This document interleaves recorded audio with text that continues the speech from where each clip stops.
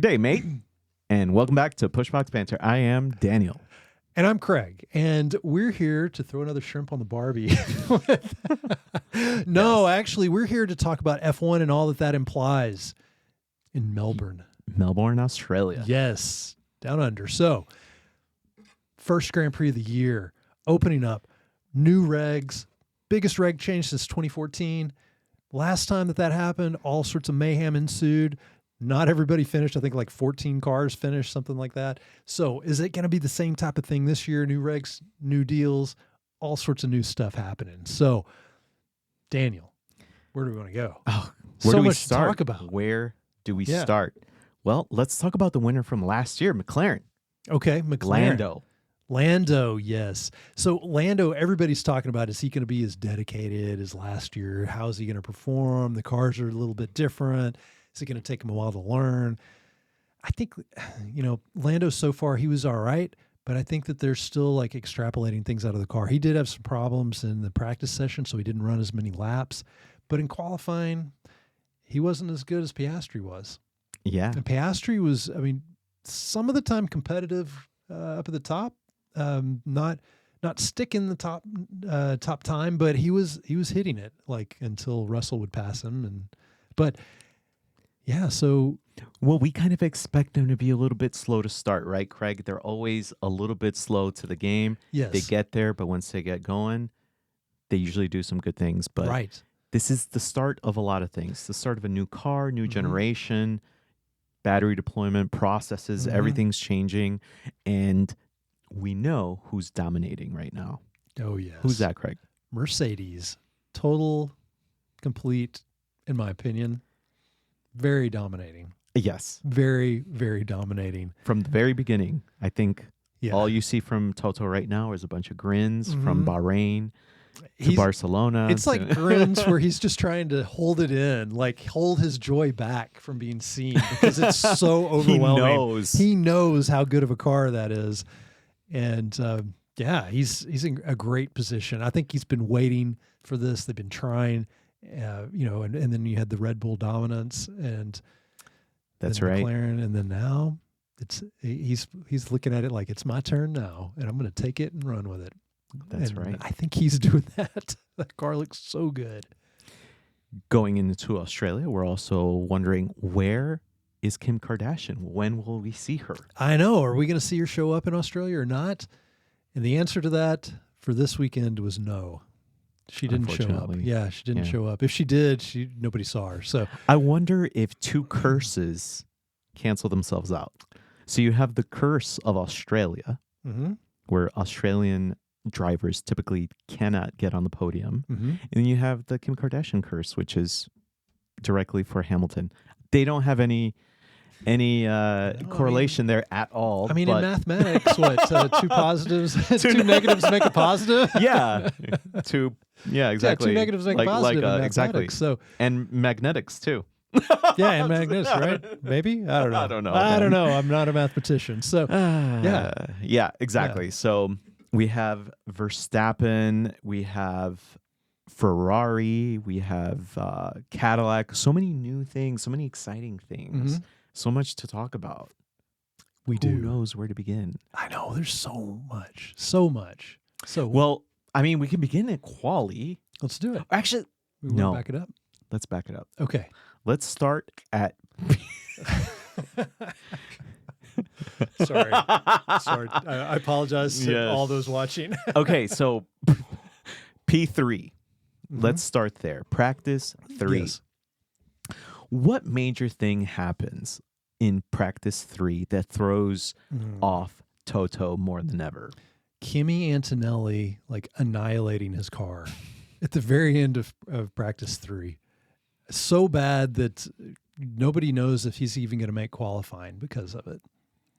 So, okay, let's pause that for a second and let's move forward to qualifying. What happens in the first couple minutes or the last couple minutes of qualifying?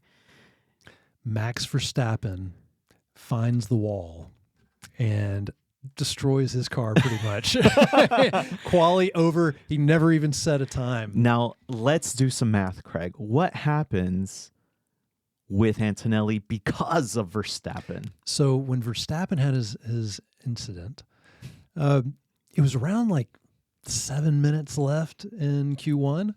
And because of that, red flag comes out, and it's like 10 more minutes, somewhere in there, while he's, hops on the motorcycle and rides back. Then we've got Kimi Antonelli, and they finish putting his car together, and they get it back out there when the red flag goes away. And so he still has about 5 minutes to where he can, go through the process and get a good lap in. And he does. Yes. He does. And he goes on to qualify P2. Yes, P2 overall. So, I mean, nobody's really talking about this, but Max Verstappen basically saved Kimi Antonelli's weekend right there. He sure did. He should be thankful. He should be thankful, considering he didn't hold up Lando back in 2025 twice. Yeah, yeah, I know. Yeah, I mean, Verstappen could have been champion. How dare he? But Antonelli didn't hold Lando up. So, but Verstappen didn't hold a grudge. He didn't. No, he didn't. He did. It was He helped him out. All for Antonelli there. So yeah, what do you think of that? I think it's great, a great recovery for Antonelli, and yes, lots of thanks to Max Verstappen there. But it's a lot of pressure, and I don't know if you've watched Drive to Survive recently. Not all of it, no. Yeah, but his rookie year was a very difficult year for him. Oh, right. And he is a very sensitive kind of guy, it seems like. Nothing wrong with that. Of course. Right. Nothing. No, not at all. Not at all. Nothing wrong with that. I'm just saying, like, he's obviously takes things to heart, as many of these drivers do, of course. Because they all want to win, they all want to perform, and there's lots of pressure, right? And he's still a kid in many ways, right? And had a really good recovery drive in the sense that he qualified Q2, and that's exactly where he needed to be, and doing the right thing for his team, and thanked all his crew for getting him there. Yeah. Because it was really the crew and Verstappen that got him there. Yeah, that's and true. his driving, of course. That's true. Yes. Yeah. He had an interesting weekend because he had like these big ups and these big downs. Like his start off the line, not so good. Had a whole bunch of wheel spin and so a whole bunch of cars in front of him. And before the first turn. So yeah, it's yeah. Yeah. And other stories in qualifying, Craig, we had Hajar. I think Red Bull fixed that second seat now. Yes, I think so. I mean, he came in third in quali. Third in qualifying. Yeah. Which is exactly what Red Bull need, right? They need someone to step it up when Max is not there. And Max was definitely not there, like you said. He started 20th. And, but if Hajar is getting third, where would Max have qualified? Same car, right? I mean, really, like at this portion of time, like those cars are exactly the same, I would think. And Craig, yeah, I think that leads to another question, and I guess we can address it now. Is the hypotheticals, right? If Max hadn't gone off, right, and he hadn't crashed and been out of quali, what happens now that you fixed the second seat? What happens to that dynamic with Max, Red Bull, and that second driver? Do they fix it and say, no, team orders, you need to go slower, right? Or we need to adjust your car in such a way that it makes you slower, or adjust the car to Max's style even further to, at the end of the day, make you slower, right? I don't think that they ever make the car slower for somebody else. I think they make it slower in the sense that they can't drive it. I think the upgrades go more towards Max's liking. I think that they take that because he's the proven commodity. Now, yeah, okay. Now, does Hajar, does he adapt well to those? I hope so. I hope so too. But does that then mean they need to do something different to make it go away from Hajar? I have a feeling that that's the thing, right? I think in the past wins, it would have. If Hajar's winning that team battle, that the team is kind of failing in the sense that they're not giving Max the car he needs. That is a good point. I mean, that's a very valid point. But Yeah. I But they need the I competition. feel like that. Of course, I think it's a good thing. I think it's a good thing. I think it's a really good thing that they're shifting. Like in the past, Christian Horner, yes, I think that all of that type of stuff would have gone on. Now, I think that they're going to build a car that works well for both, but I think that the upgrades and things will be more towards Max's liking, and Hajar will need to adjust. But I think that the car is going to move in a positive direction for both of them. That's my opinion. But does it move in a positive direction quickly enough to the point where it's you're winning all the time, right? Oh. And not just I don't know. second and third or fourth and fifth. I think right? right now the engine that they have doesn't have the same horsepower as Mercedes. I think that that's going to be a challenge. I think fighting for podium right now is something that they can do, but that's it's going to be a little iffy. Yeah, lots of interesting things going there. But Mm-hmm. keeping on with quali, we had Ferrari finally showing something positive Mhm. from the very beginning. Mm-hmm. And in fact, they always usually have a pretty decent car, but Mm-hmm. they're looking really good. They're looking Yeah. top two for sure. Right. Competitive, kind of. Mm-hmm. Yes. So Lacking in some ways, Uh-huh. but they have their strengths, but they have Mhm. a lot of weaknesses still Yeah. comparatively to Mercedes. Right. Ferrari in quali was really good. Q1, Q2, Q3, not as much. Leclerc, he couldn't dial it in. Hamilton couldn't quite dial it in either. And so everybody's like, what's going on here? And I'm not really sure why that Q3 didn't pan out for them like Q1 and Q2 did. However, they're still qualifying. Leclerc qualifies fourth. Hamilton, I think, sixth, seventh. So whenever they get into the race, I mean that. Well, why don't we go there? What happens with Ferrari at the beginning of the race? Well, what happens with Ferrari is they have amazing starts, which in some of the practice sessions over the in Bahrain, they noticed that like Hamilton went from like 11th to like first before the first turn, and this was a shorter straightaway, but both of them had amazing starts. So they just took off. Hamilton comes all the way up, gets into third within a couple of turns. I mean, it's pretty awesome to see. Like if you didn't watch it, go back and watch it because it's spot on. It's man. almost like a little slingshot. They just go vroom, and everybody else. It's is like a just video behind. game. Yeah, Like they were so much better than everybody else off the start. It's insane how much better they are. indeed. Yeah. Well, that was one of the things going Mhm. into the race as well that was a big question mark with the Mhm. new regulations. Is it unsafe? Will people be able to get off the line? Is is the new process something that will work for most of the cars? And for most, it did, and Mhm. for some, it didn't. Right. I don't know if you noticed this too, but there was an issue, or I don't know there was an issue, but as soon as the lights went on, the last light, it immediately went away, Uh-huh. which I was really surprised at how quickly the lights went out. I was too. It was too. almost like instinctively, like it went on and off, and Uh-huh. I was like, okay, Yeah. It seemed a little quick. it did, Uh-huh. it did, and I don't know if it's like one of those things to appease the guys up front or something that Mhm. maybe they're just revving for too long or something. Might be. I don't know. Who knows? But very interesting, and it did catch some of them off guard, specifically Liam Lawson. I think his whole car got caught off guard. Though. I don't think I think he had some issues with the start. I think like Yeah. 5 seconds. I don't know.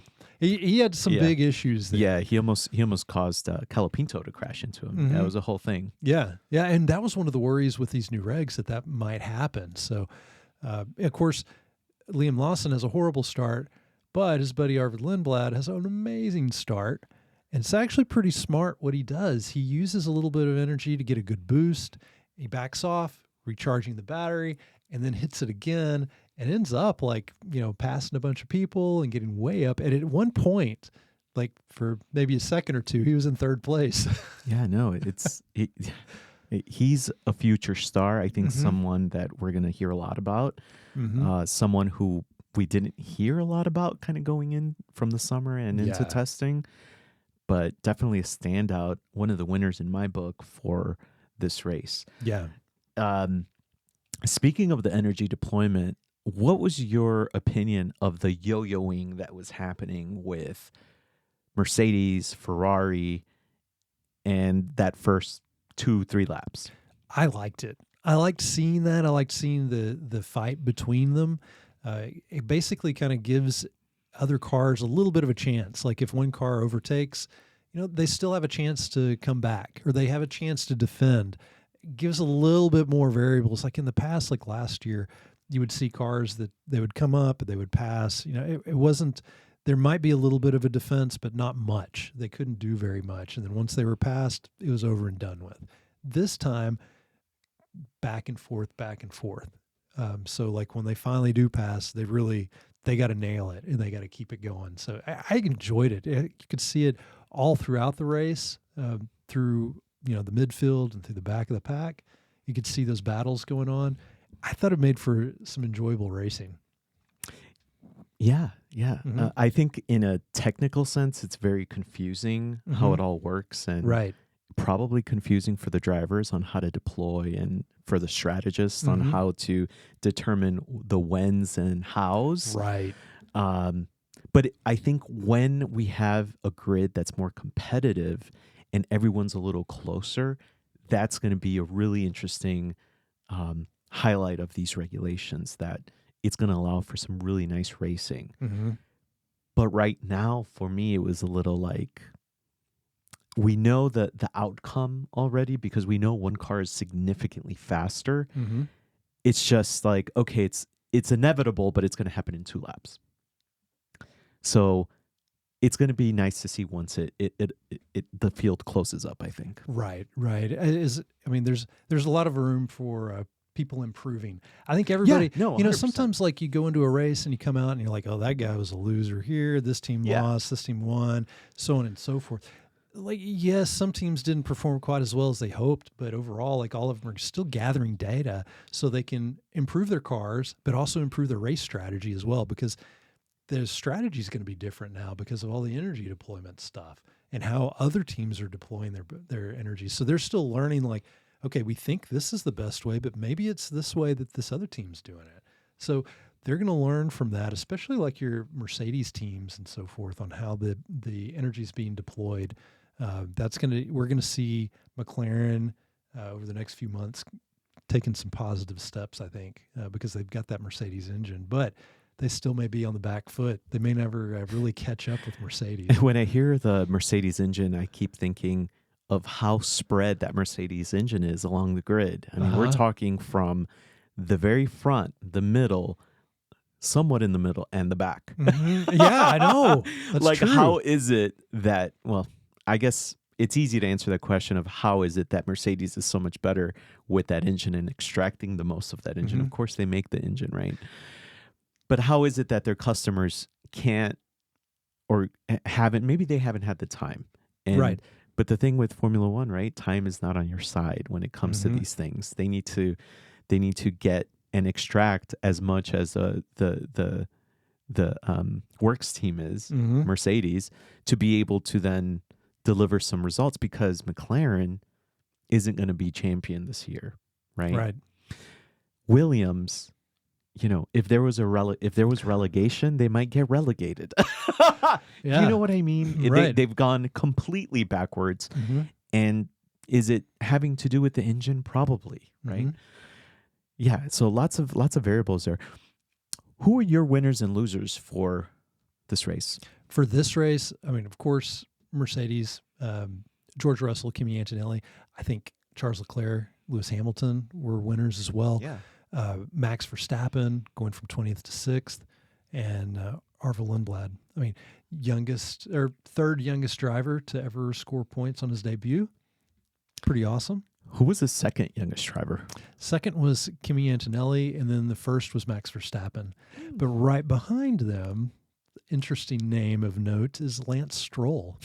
He's on that list. So he's not just, record holder for the most I falling was out going in to say Q1. he is a record He is a setting record-setting driver, which Yeah. he did extend that record. Although he never did officially drive in Q1 of this race, but I think he had the record of most lapped Oh, like really? Today? no, just for the race, just for the- against all yes. his other drivers because he was 12 Mhm. laps down. Yeah, he was 12 laps down, but he did finish, like 40ish laps or so. Yeah, you no, know? which I mean, think is hey, is a net 46 positive, laps. right? Yeah, he was thinking we 15 We would be the can't most. blame him or Alonso or anything Yeah. for what's happening with that car. Lots to be said about Aston Right. Martin. Lots of things going on. Factory, I guess, bait and switch. Their engineers and a whole lot of nonsense going on with Aston Martin, but kind of wish them the best. I think we can skip through them because Yeah, that's a lot. that's going to be a whole saga, really, I Mhm. think, this year that we'll be talking about Aston and what Newey's doing to get that car back True. in shape. True. Let's just say they're not where they need to be. No, they are not. They are not. Yes. For me, yeah, I'd agree with you for Lindblad being one of the biggest winners. Mercedes, of course. I mean, just far and Right. beyond. Antonelli recovery, you can't, you know, he still did put the work in and did good. Verstappen, great drive. And a couple losers on my end would be Hajar, poor guy, had an excellent drive. No fault of his own, lost it due to a technical malfunction going on with the car. Lawson, probably the biggest loser out there. Yeah. Finished 13th, got Lindblad, overshadowing him with his first race already. So I think he's going to have trouble with Marco if he doesn't step it up. Remember, last year it only took 2 races. Yeah. So if he's not careful, well, I think he'll be around. I think he'll be around for a while. I think this is his there's year. There's always reserve drivers. Drivers in the wings that are ready to do it for cheaper and better. Yeah, I mean, he had some technical difficulties with his car that kind of contributed to that. But yeah, I mean, if he doesn't step it up at some point, Red Bull, it's a development academy. So are they going to continue to develop him? Let's just talk about his racecraft. He was racing a Cadillac and couldn't do it that well. Yeah. So I don't know. Yeah, it's true. That's true. That's true. Yeah. All right. And then I think Williams overall just pretty bad. Yeah, Carlos Sainz is probably questioning his choices right now. But I think eventually they'll get better. But man, they're struggling to start just going this year. backwards. Yeah. Yeah. Indeed. Yeah, that's a rough one there. Cadillac, they finished one car finished the race, which is great. It sounds like they have lots of things to fix with their procedures and the energy deployment. I think Checo is battling that. And he was basically like congratulatory to the team. Yeah. But still saying like, hey, like we need to fix this quickly. Like time is not on our side. We really have to get some improvement going in the right direction. So I'd agree with him. It was nice to see him getting his elbows out. Yeah, though. It was. Yeah. Like this is Checo. This is why we love to see Checo on the grid, because he loves to race and he's a great racing car driver. Minister of Defense. Yeah, even if it's for 16th. Even if it's for 16th. I mean, that's why he's got the fans. Yeah. Next week we have. Is there anything else before we go to next week? No, I think we should go to next week. I mean, next week we're going to China. Yes. I was trying to say yes in Chinese. I just don't know. So I don't either. What? Ni hao is hello. I feel like it should be one of those things that we should know. We probably should. Okay. one Well, thing that's good talk. Yeah. So, so next week in China, predictions. What are your predictions for next week, Daniel? Thanks, Craig. My predictions are Russell, Antonelli, Hamilton. Russell, Antonelli, and Hamilton. Yes. Well, my predictions Mm-hmm. are going to be Russell, Charles Leclerc, and Antonelli. That order. Done. Dusted. Do you think that Antonelli has something that he's missing still? Is it just the experience? Like, why wouldn't you put him on second? I think that he is missing a little bit of experience and consistency. There were times last year where he was really consistent. He ended the year fairly consistent. But yeah, there's that second part of the season. He was pretty terrible. Yeah, he had some moments Yeah. where it was bad, but and maybe he got all of his bad mojo out. This weekend maybe, but Charles Leclerc, I think it's more of Charles Leclerc is really showing some positive things. Yes, and I think he's last year we didn't see a lot of it out of him just because the car wasn't that good, but he's still an amazing driver. And I think he's head and shoulders, he's probably the number 2 driver in the whole thing. I think Verstappen's the number 1, but I think he's right there. He and Hamilton. Interesting. I think he's a little bit better than Hamilton. You know, we haven't really seen it all, and he doesn't necessarily have the resume just because the car hasn't been as good. Well, that's what I'm saying. But I think it's that good. It just maybe the horsepower isn't quite there. The question that a lot of people have is always, is it the driver or is it the car? And a lot of the times it's the car. Yeah. Right? Lewis Hamilton, Mm-hmm. 7-time champion. Right. The car changes. Mm-hmm. Where's Lewis Hamilton for the last couple of years? Right. Right? Same thing right now with Max. Mm-hmm. Car changes. Where's Max? Right? Mm-hmm. He's in 20th. He's in 6th. It's sure, you could be, you just have to be good enough. And I think Antonelli, just like Russell, Mm-hmm. We've always talked about Russell being top 10 in the world, best drivers, I don't think he's that great. I wouldn't compare him to Leclerc, Hamilton, Mhm. Verstappen. He's a very good driver, even Sainz, potential, but I don't see his racecraft being that great. I see him complaining a lot and oh, that wasn't fair. That was too aggressive. Right. But he's just got to drive that car, and that car is good enough to win. Mm-hmm. And I think the same thing for Antonelli. I think if Antonelli's driving that Mercedes and not crashing, he's going to be second. I don't know. Yeah, it's very, very possible. Very possible. That was an aside. Anyway, what were your predictions again? Russell, Leclerc, Antonelli. and Antonelli. Yeah. Okay. China. That order. Done. Fun Yes. things coming. Yes. So exciting. Mm-hmm. Can't wait. Yes. Can't wait to see what happens with Williams. Can't wait to see what happens with Aston. All up and down Cadillac, the grid. I hope they find some horsepower, some kilowatts, some whatever. Yes. Yes. Audi. I mean, they scored points Audi, their first weekend. Audi standout. One of the winners, honestly. Right. Both cars, great. Bartoletto on his way to being a great, really good driver. I mean, he's great. Yeah. Everything worked out for Audi. The sky's the limit for Audi. Mm-hmm. Yeah. Alpine wasn't terrible either, surprisingly. They had a terrible last year. They've been, you would think Williams would have done an Alpine, right? Right. Alpine was awful last year, Mm-hmm. but progressed little by little, right? And I feel like they started where they ended last year in a very decent spot. Whereas Williams was progressing as well and just fell off the cliff. Alpine should have been even better. They've spent the past 2 years developing the 2026 car. They didn't even develop on the 2025 really, or spend much money on it. It was very minimal. So you think they should have been better? I think they should be even better than what they are right now. And there were some that thought that they might be going in before any of the practice sessions that they were going to be even better than what they've showed up. So, but hey. We'll see. We'll see. There you go. Racing Bulls does look better. Racing Bulls looks good. Yeah. All things that should get answered next week and the weeks after. Oh, yes.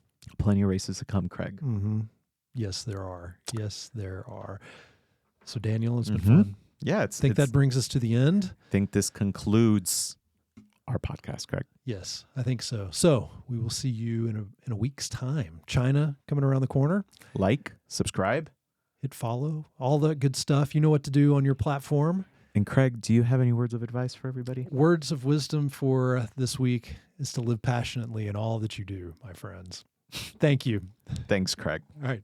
Bye-bye. Bye.